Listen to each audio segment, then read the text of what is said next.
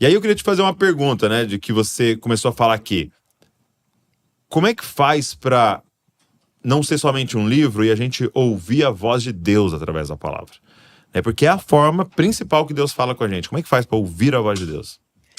Primeira coisa, que é um versículo, é um pedaço de um versículo do Velho Testamento que está muito ressoando na minha mente e eu estou vendo o resultado na vida de pessoas e a prática funciona. Deus diz, eu honro quem me honra. Então, não é como tipo um hábito, um plus na sua vida. Ok. Não. Você diz, Deus, o Senhor é meu foco. Eu estou fissurado no Senhor. Eu quero conhecer-te. Paulo diz em Filipenses 3, para conhecê-lo. Eu quero alcançar aquele que me alcançou. Ele me ama, sei que me ama. Senão ele não teria encontrado comigo no caminho de Damasco. Mas eu não quero ficar só no amor dele por mim. Eu quero amar ele do jeito que ele me ama. E eu não vou desistir disso na minha vida inteira.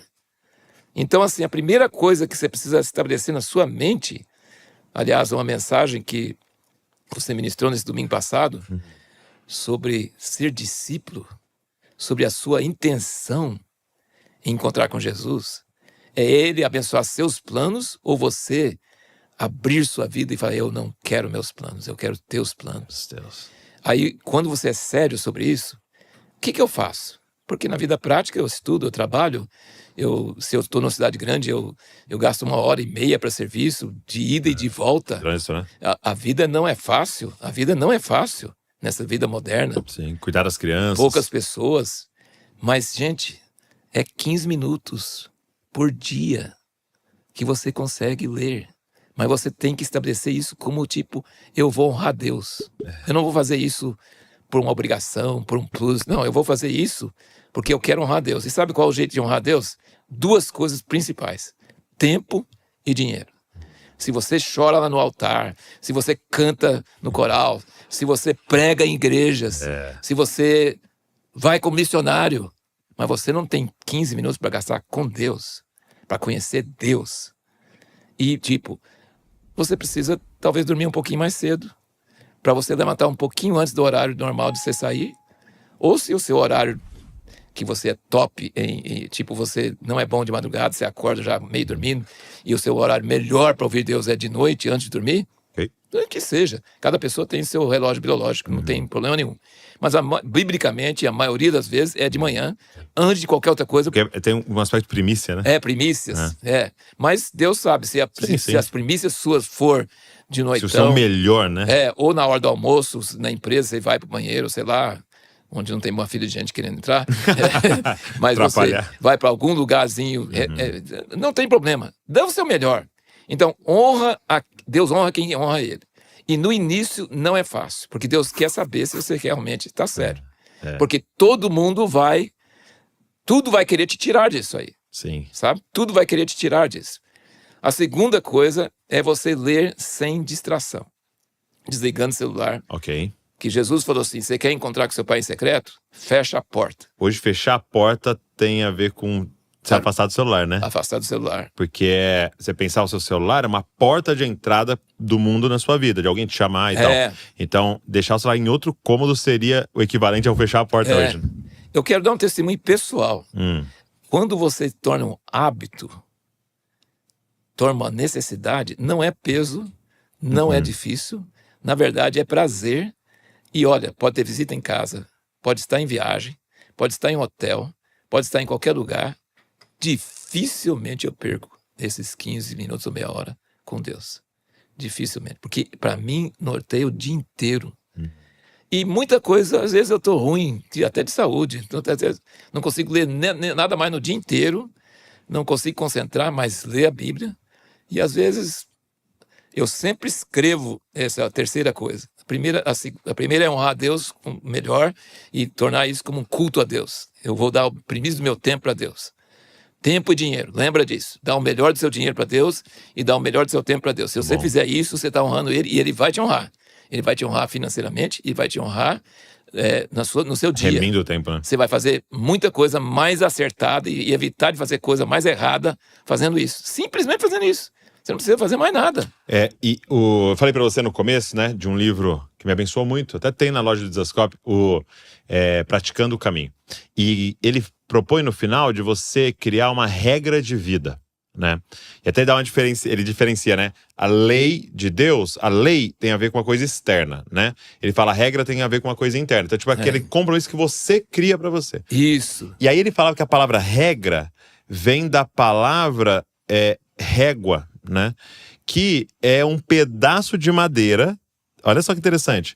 Era o nome do pedaço de madeira usado para sustentar uma planta para ela crescer, sabe? Que era a treliça. Então, quando você coloca lá a videira, que é o exemplo que Jesus dá, né? Eu sou a videira, os ramos estão nele. Para a videira crescer, eles colocam um pedaço de madeira, que é uma coisa que não é viva, mas que suporta para ter vida, né? E aí ele fala disso. Essas regras não salvam.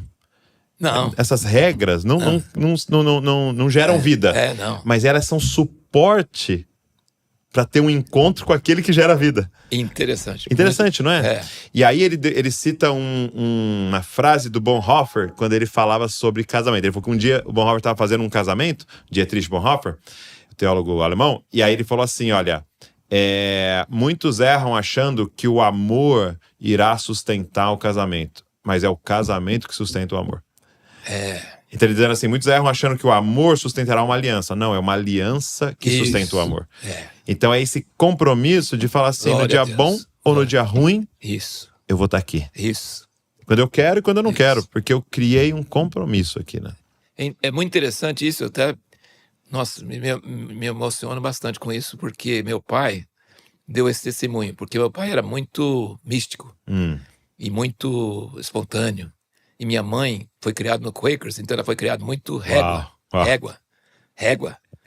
E aí ela falou, bem, no início do casamento, antes de ter qualquer filho, vamos fazer um culto doméstico todo dia? Vamos orar e buscar Deus? Meu pai falou assim, não, isso vira uma religiosidade, vai virar. Isso a gente tem que fazer quando está inspirado, porque senão vai ter valor para Deus. Não é uma coisa que não tem vida, né? Olha só. E aí Deus falou com ele, escuta sua mulher, ela tem razão.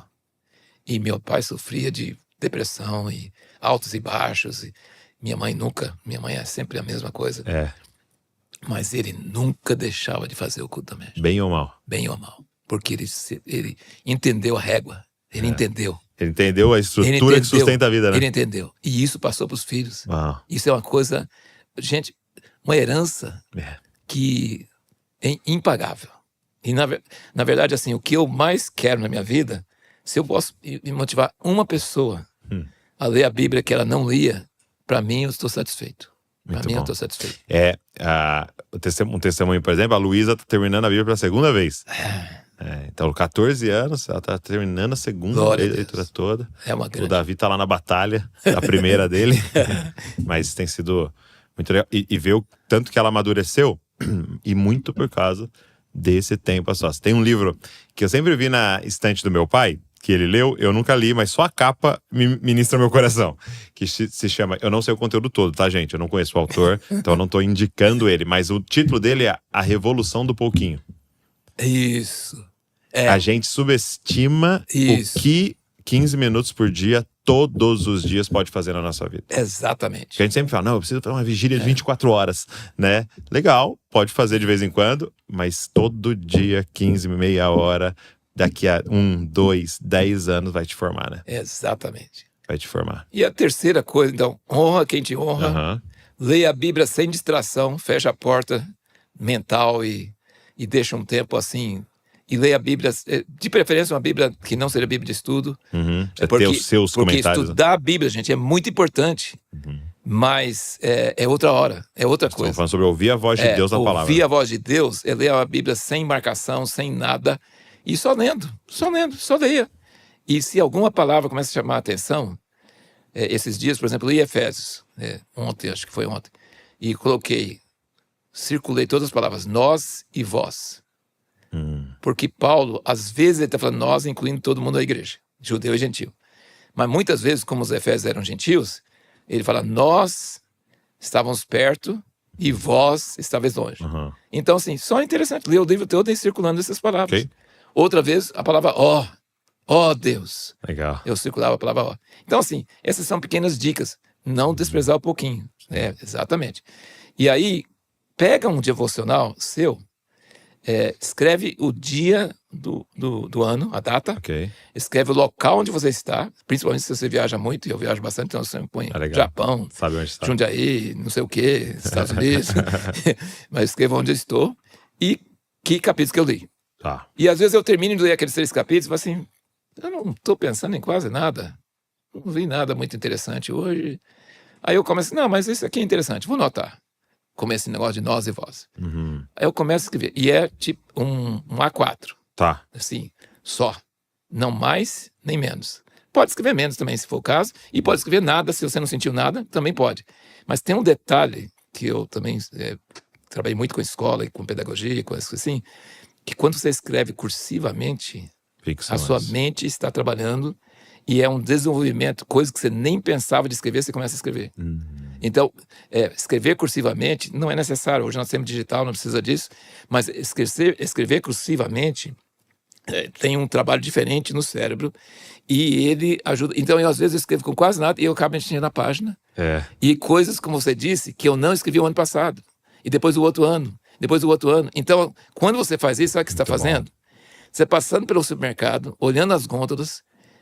E tem gente que passa pelo supermercado, olha as gôndolas e não compra nada. E vai embora, com o carrinho vazio. Com fome. E a Bíblia é para ser lida e meditar.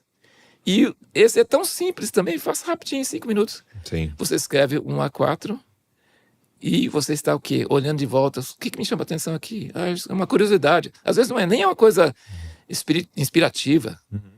Como assim que Paulo chegou num lugar e não achou Tito e ficou desesperado? A porta estava aberta, mas ele sem Tito, ele ficou assim. Como ele fala que tem que ter uma só mente, um só coração, que Filipenses, mas depois ele fala que Evódio e Sintique para parar de brigar, e são irmãos preciosos, que trabalham muito na obra de Deus, mas eles estão discordando, mas seja de uma só mente. Como assim a gente pode ser de uma só mente? Então, assim, são coisas, detalhes, coisas pequenas. Se você fizer isso, então, honra a Deus com seu tempo. Pega sem distração e anote ou medite naquilo que você pensou. E quando você... Normalmente é bom orar também. Então, depois que você fechou a Bíblia, não precisa abrir a boca e podemos até começar a falar um pouquinho mais sobre esse devocional. Sim. Porque nessa hora você não precisa... A lista de supermercado, ela é bom. Por exemplo, eu tenho uma lista de pessoas que eu menciono o nome delas todo dia. Mas eu menciono o nome. Porque o sacerdote carregava aqui e nem mencionava, mas só carregava. Então eu falo, Deus, quando eu falo o nome da pessoa, eu estou pensando nela. Que o nome dela remete a ela. Então, assim, você pode ter a sua lista, você pode orar todo dia aquela lista, Deus vai responder, vai dar certo, vai ser bom, persevera, às vezes demora, mas uma coisa mais importante do que isso é você aquietar. É você falar, Deus, diante do que eu li agora, diante do que eu escrevi e meditei, tem alguma coisa que vai afetar meu dia? Tem alguma, É muito bom. tem alguma coisa, por exemplo, que eu fiz ontem, alguma palavra que eu falei que foi mal falado com minha esposa, com meus filhos, com minha sogra, Me arrepender. que eu tive a atitude errada. Tem algum pecado oculto que você quer me mostrar? Que Davi orava direto. E isso é minha oração direta também. Porque a gente não sabe a verdade sobre nós mesmos. Nós não conhecemos nosso coração. Então, ora todo dia, Deus, se tem pecado oculto, me revela. E não precisa ser o Senhor, não. Por visão, sonho, não. Por pessoas. Ajuda a escutar a pessoa e saber se é Deus ou se não é. Então, quando você faz isso e quando você quieto, às vezes você fica 5 minutos sem falar nada. Eu falo conversando com os botões para saber orar direito. Porque você não vai orar a reza de ontem. Você vai orar do coração. E às vezes a gente nem sabe o que está no coração, porque a distração é tanta que a gente nem sabe o que eu penso, o que eu sinto. Eu estou feliz, estou alegre, estou triste, quero reclamar com Deus. Né? Precisa parar. Precisa saber quem você é para poder falar com Deus. Uma oração que vai valer a pena, que às vezes seja só uma frase. Às vezes seja só uma frase. Mas essa frase, Deus ouve. É real, né? Deus responde. Então, assim, Essas são dicas. Uma coisa que eu faço parecido com você, eu coloco a data e o texto que eu tô lendo e tal, e aí eu vou anotando sentenças, né, daquilo ali, tipo, por exemplo, principalmente eu tô também ali, hoje eu li, por exemplo, 2 Tessalonicenses, e aí eu tô reparando muito nos pedidos de oração ou nas orações, né? Paulo fala, a gente ora por vocês por isso. E aí é engraçado como é muito tão diferente das nossas orações, né? Então não tem, eu oro para que Deus abra uma porta de emprego, eu oro, não tem, né? Sempre fortaleça vocês na fé, que vocês conheçam mais o Senhor, que no meio da tribulação, ele nem ora para sair da tribulação, né? Não. Que vocês cresçam, tenham fé no meio da tribulação e tal. Então acho interessante quando eles pedem oração, né? Para que a gente tenha ousadia para pregar o evangelho, para que a gente consiga testemunhar, então eu tenho reparado nisso. Mas aí eu coloco no final assim, eu escrevo assim pra mim lá, Deus falou. E aí eu escrevo então essas coisas que eu tô percebendo. Então, poxa, fulano tá chateado comigo. Aí ou às vezes faz um grupo e começa a compartilhar, grava um vídeo sobre, não sei, no meu contexto, né? Então aí eu anoto ali pra eu não esquecer daquilo ali e tento no próprio dia tentar fazer aquilo ali, né? Então eu tenho esse Deus falou ali.